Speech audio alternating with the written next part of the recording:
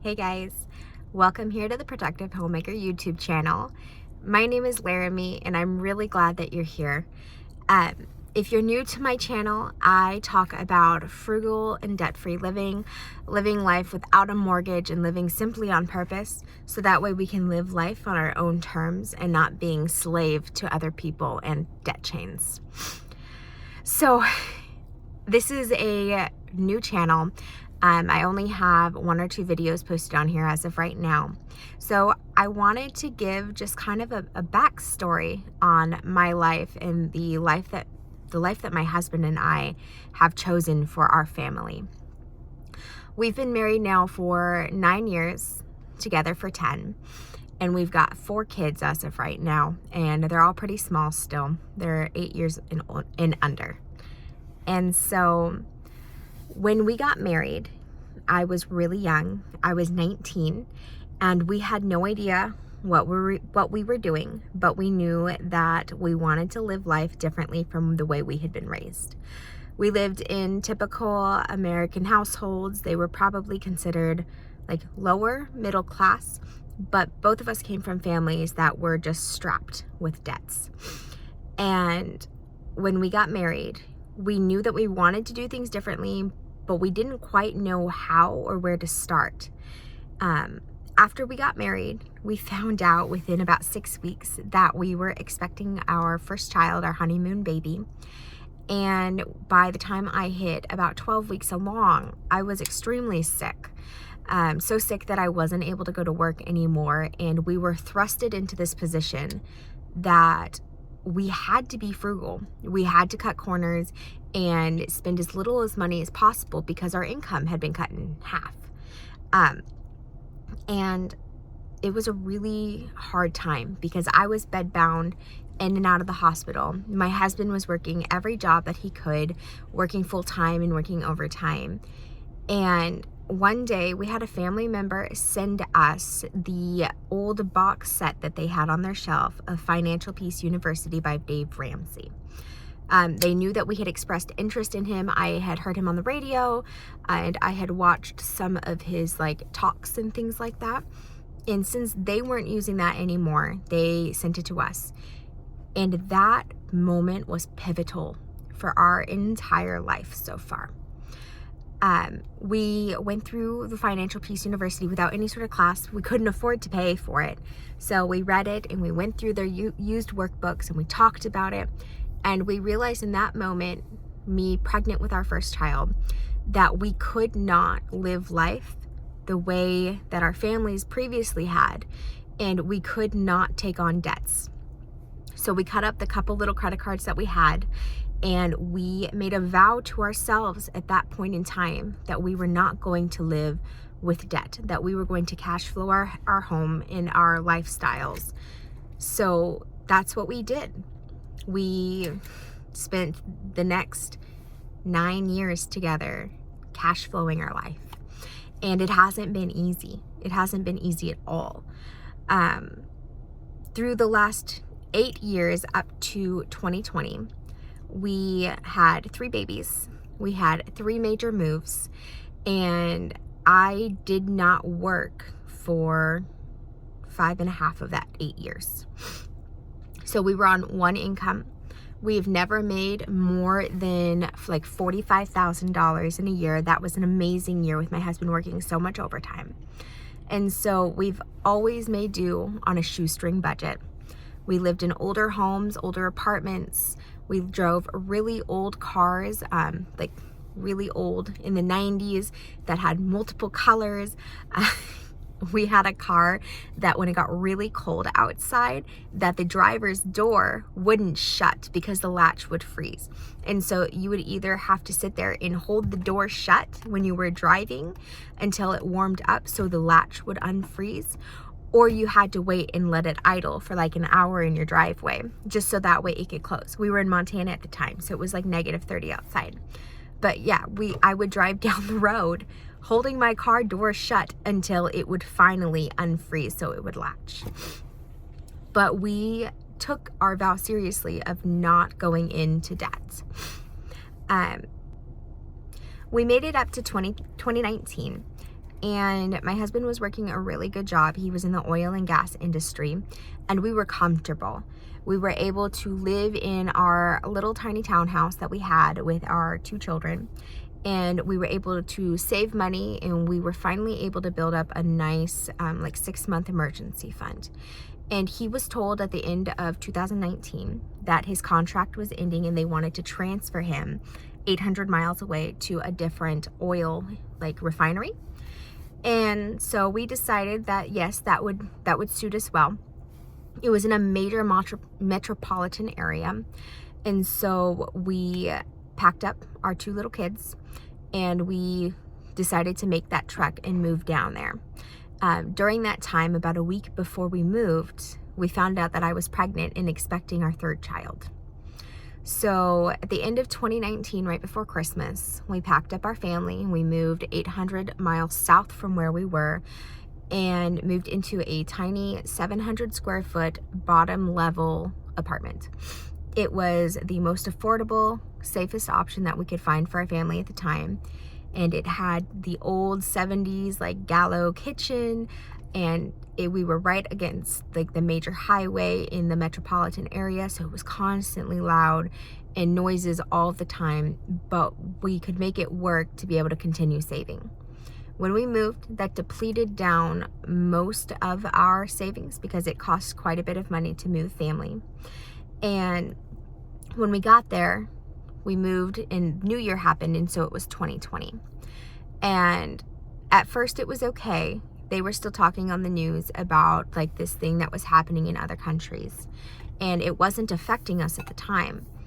And as we got nearer and nearer to my delivery date that summer with our child, my father-in-law passed away and the lockdown started.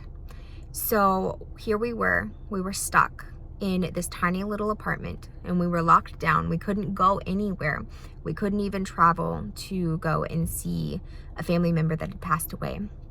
And about 6 weeks before I gave birth to our 3rd child, my husband received the news that he was being laid off. So we were then stuck, grieving, and without an income. Now, I don't know how it affected a lot of other people, but from that point, the very beginning of summer through all the way to Christmas of 2020, it was near impossible for him to find a job. And it's not like he had a bad resume or anything like that. He sent in hundreds of job applications, and nobody was hiring because everything was just at a standstill. So my steadfast husband worked every single odd job he could get his hands on, and he door dashed and did everything he could to make sure we had food on the table. And we were able to just kind of scoot through hand to mouth. We depleted our savings down to just about nothing at that point when Lord blessed him with a new job. It wasn't making as much as he had been in the oil and gas industry, but it was consistent and it was stable. At that point, we were also given the notification that we were receiving a small inheritance from his father's passing. And we realized that we had a choice to make. We could either stay where we were in this little apartment and buy a house. It was enough for a down payment on a really small house where we were. And it would have gotten us to the point that we could move out of that apartment, but it would have probably just been into a really old house or an older like townhouse just because of the prices. We could do that, and we could have a note, and we could stay where we were because we were comfortable and we enjoyed the area and we had a good church. Or we could take that money and purchase something in cash, so that way we didn't have to have any sort of note. And we kept talking about it, and we realized with the chain of events that had happened from all of 2020 that we could not, in good conscience, put ourselves in a situation where we had a mortgage.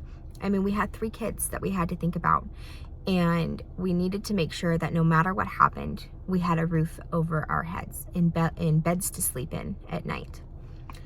So we decided that we were going to do the crazy thing, and we were going to look for a home that fit the budget of $25,000 or under. Now, we knew that wasn't realistic for where we were. So we had to expand our search and start looking in other places. I didn't want to go back to the cold north, and my husband didn't want to move to any sort of desert areas that were treeless.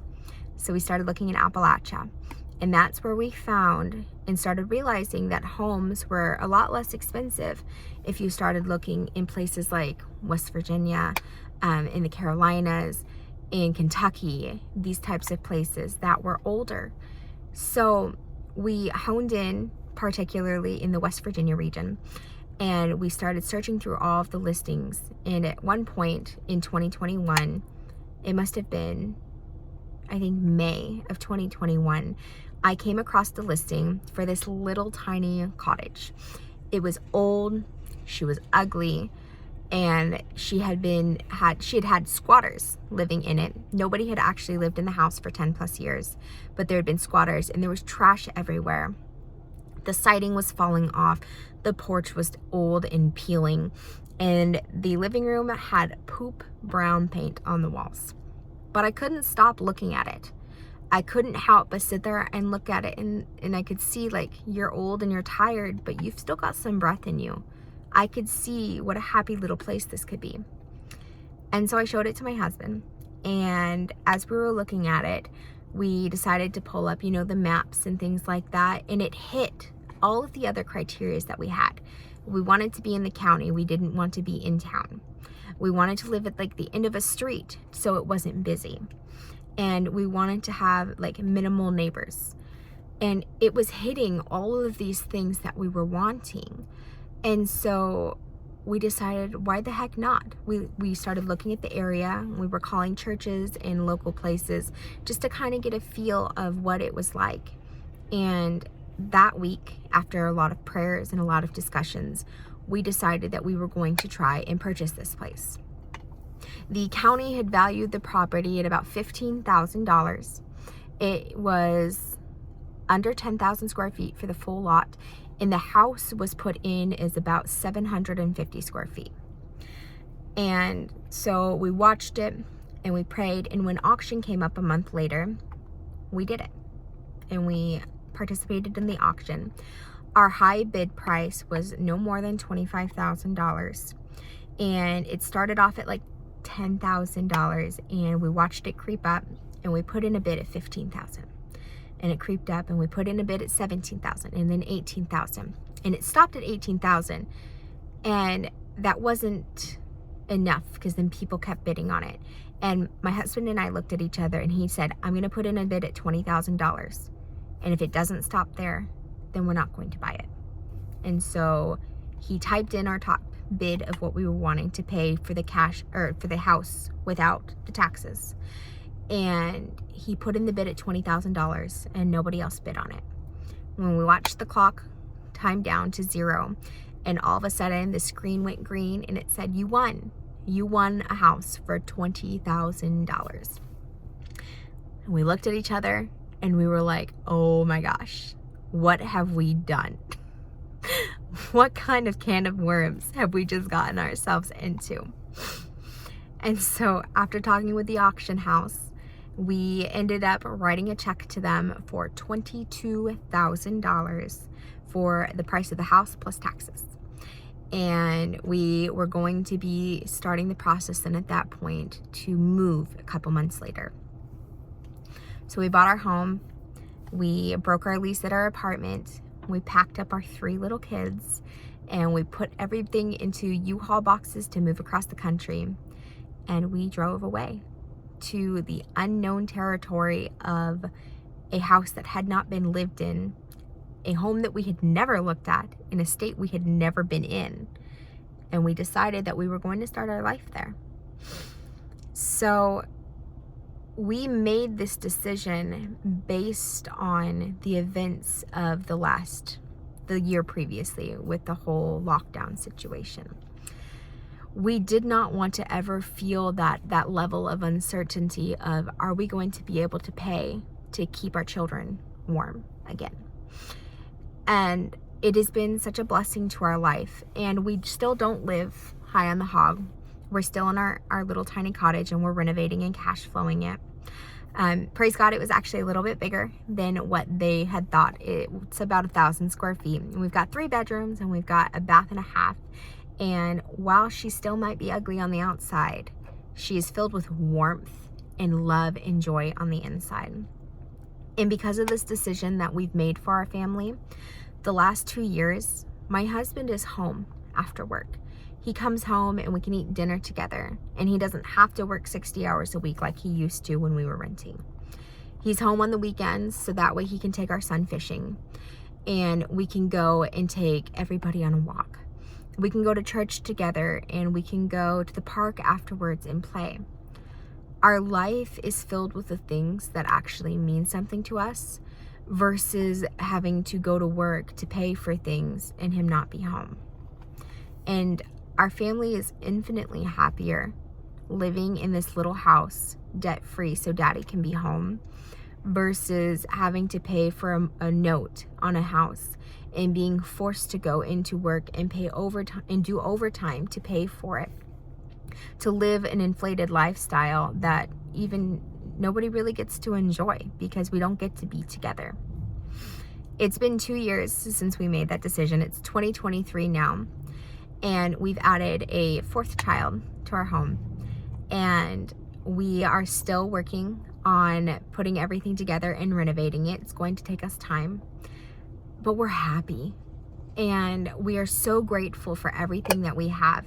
And we can proudly say that we own this home and that we live this way, so that way we can live life on our terms. And it might look different to a lot of people who would rather go and purchase a big giant house for $300,000. We don't have 5,000 square feet to live in. I've got a little kitchen that I hand wash all the dishes in, and we share bedrooms, and we have a small little living room with 2 couches in it, but it's filled with so much more than stuff. It's filled with relationships. It's filled with love, and it's filled with security. Something I think that the last 3 years has shown all of us that we could use a little bit more of. So that's just a little synopsis of the decisions that have led up to this point for our family. My husband and I took those vows very seriously whenever we said to each other that we were not going to take on debt. And I don't think either of us realized where that was going to take our family over the last decade. And I would not change a single thing. You might see us wearing thrift store clothing and driving older vehicles, but you don't understand the impact that the security of having everything to our name gives to our family. The confidence of knowing that we will always have a place to lay our heads down at night and walls to keep us warm in the wintertime. That's not something that you can replace by just having a bigger house or a bigger TV or a nicer car. It's worth it to go the extra mile and to do the hard thing and handle the hardship, because the character that you build in that process does amazing things for you. So if you have any questions, please let me know. I'm going to share more on this topic over the next couple of weeks, and I'm going to take you along with me to show you how exactly I do the ins and outs for our lifestyle. As it sits today in 2023, we're a family of 6. We live on about $2,100 a month. I grocery shop with about $500 a month. And we're happy. I cook whole foods. We live together. We homeschool. And we live our life. We go and we do stuff. And our life is not wrapped up in what the newest thing is that we can buy, but it's wrapped up in what can we do together today. And I have hope for all of you that at some point in your life, you can have those same feelings, to get away from this rat race of consumerism and to get into what can I do with our relationship today? Because money can't buy that. If you've enjoyed listening to this, if you want to hear more, if you're curious, I highly suggest that you subscribe and like the video. If you want to support our endeavors in living this life, it doesn't cost you anything. All you have to do is share it with a friend and make sure that you're subscribed. I really appreciate everybody here and you watching this video. maybe, just maybe, it'll help you or give you some encouragement. I'll talk with you soon. Have a great day.